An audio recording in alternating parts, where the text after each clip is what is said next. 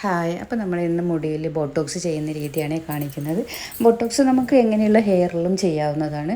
കുറച്ച് damage hair ഒക്കെ ആണെങ്കിൽ ആ ഡാമേജൊക്കെ പോയി ഹെയർ നല്ല സ്ട്രെങ്ത് ആവാനും കുറച്ച് ഗ്രോത്ത് ആവാനും വേണ്ടിയിട്ട് ബോട്ടോക്സ് നല്ലതാണ്. പിന്നെ ബോട്ടോക്സ് ചെയ്താൽ അതിൻ്റെ സ്ട്രക്ചർ എന്ന് പറയുന്നത് നമ്മളെ ഹെയർ ഒരു വേവി ലുക്കിലാണ് ഉണ്ടാവുക. സ്മൂത്തനിങ് ചെയ്ത പോലെ സ്ട്രെയിറ്റ് ആയിട്ട് നിൽക്കില്ല. അപ്പോൾ ബോട്ടോക്സ് നമുക്ക് സ്റ്റാർട്ട് ചെയ്യാൻ ഫസ്റ്റ് തന്നെ നമ്മൾ ഹെയർ ഷാമ്പു ഉപയോഗിച്ചിട്ട് വാഷ് ചെയ്യണം. ഷാമ്പു ഒരു 3 ടൈമെങ്കിലും ഷാമ്പു യൂസ് ചെയ്യണം. സ്കാൽപ്പിൽ നിന്ന് ഓയിൽ കംപ്ലീറ്റ് ആയിട്ട് പോകണം. അതിനുശേഷം നമ്മൾ ടവൽ ഡ്രൈ ആണ് ചെയ്യുന്നത്, ഡ്രയർ വെച്ച് ഉണക്കുന്നില്ല.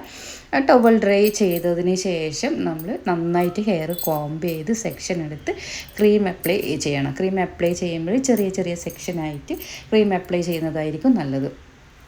അതായത് കുറച്ച് ചെറിയ ചെറിയ ഭാഗങ്ങൾ എടുത്തിട്ട് നമ്മൾ ക്രീം അപ്ലൈ ചെയ്യുക. ക്രീം അപ്ലൈ ചെയ്യുമ്പോൾ ഹെയറിൽ നന്നായിട്ട് ക്രീം പിടിപ്പിക്കുന്ന രീതിയിലായിരിക്കണം നമ്മൾ അപ്ലൈ ചെയ്യേണ്ടത്. അതിനുശേഷം നന്നായിട്ട് കോംബ് ചെയ്യണം. കേളി ഹെയർ ഒക്കെ ആണെങ്കിൽ നല്ല പോലെ കോംബ് ചെയ്ത് ഹെയർ കെട്ടി വെക്കുക. കെട്ടി വെച്ചതിന് ശേഷം നമ്മൾ ഹെന്ന ക്യാപ്പ് ഉണ്ടല്ലോ, ആ ക്യാപ്പ് എടുത്തിട്ട് ഈ ഹെയറിനെ പൊതിഞ്ഞ് വെക്കണം. അതായത് നമ്മൾ റൂം ടെമ്പറേച്ചറിൽ 1 hour നമ്മൾ വെയിറ്റ് ചെയ്യണം. AC ഒക്കെ ഓഫാക്കി ഡോറ് തുറന്ന് വെക്കുകയാണെങ്കിൽ കുറച്ചുകൂടെ നല്ലതാണ്. അപ്പോൾ ആ റൂം ടെമ്പറേച്ചറിൽ തന്നെ നമ്മൾ 1 hour വെയിറ്റ് ചെയ്യുക. 1 hour വെയിറ്റ് ചെയ്തതിന് ശേഷം നമ്മൾ ഹെയർ അഴിച്ചിട്ട് എക്സസ് ആയിട്ട് വരുന്ന ക്രീമുകൾ നമ്മൾ ഒന്ന് വാട്ടർ സ്പ്രേ ചെയ്തിട്ട് ആ ക്രീം ഒന്ന് ടവലിൽ വലിച്ചെടുക്കുക.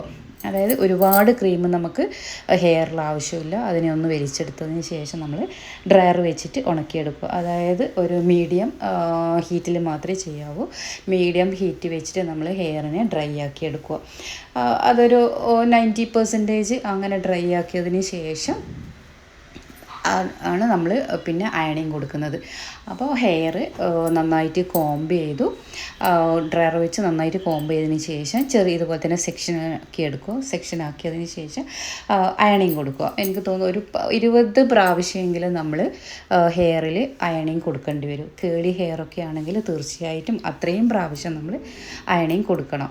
നന്നായിട്ട് അയണിങ് കൊടുത്തതിന് ശേഷം സെക്ഷൻ എടുത്ത് ചെറിയ ചെറിയ സെക്ഷനായി എടുത്തിട്ട് തന്നെ അയണിങ് കൊടുക്കണം. ആ അയണിങ് കൊടുത്തതിന് ശേഷം ഒന്ന് ഹെയർ തണുക്കാൻ വേണ്ടിയിട്ട് വെക്കുക. അതായത് നമ്മൾ അയണിങ് കൊടുത്ത ചൂട് എന്തായാലും സ്കാൽപ്പിലും ഹെയറിലും ഒക്കെ ഉണ്ടാവുമല്ലോ, അതൊന്ന് തണിയാൻ വെച്ചതിന് ശേഷം നമ്മൾ ഹെയർ വാഷ് ചെയ്യുക. വാഷ് ചെയ്യുമ്പോൾ നമ്മൾ കണ്ടീഷണർ യൂസ് ചെയ്യണം. അതായത് ഏത് പ്രൊഡക്റ്റാണോ നിങ്ങൾ ഉപയോഗിക്കുന്നത് ആ പ്രൊഡക്റ്റിൻ്റെ തന്നെ ഷാമ്പു കണ്ടീഷണർ ഇട്ടു. ആ കണ്ടീഷണർ ഇട്ട് നമ്മൾ ഹെയറിനൊരു 10 മിനിറ്റ് വെയിറ്റ് ചെയ്യണം. 10 മിനിറ്റ് വെയിറ്റ് ചെയ്തതിന് ശേഷം ഹെയർ നന്നായിട്ട് കഴുകിയെടുത്ത് ഡ്രയർ വെച്ച് ഉണക്കുക.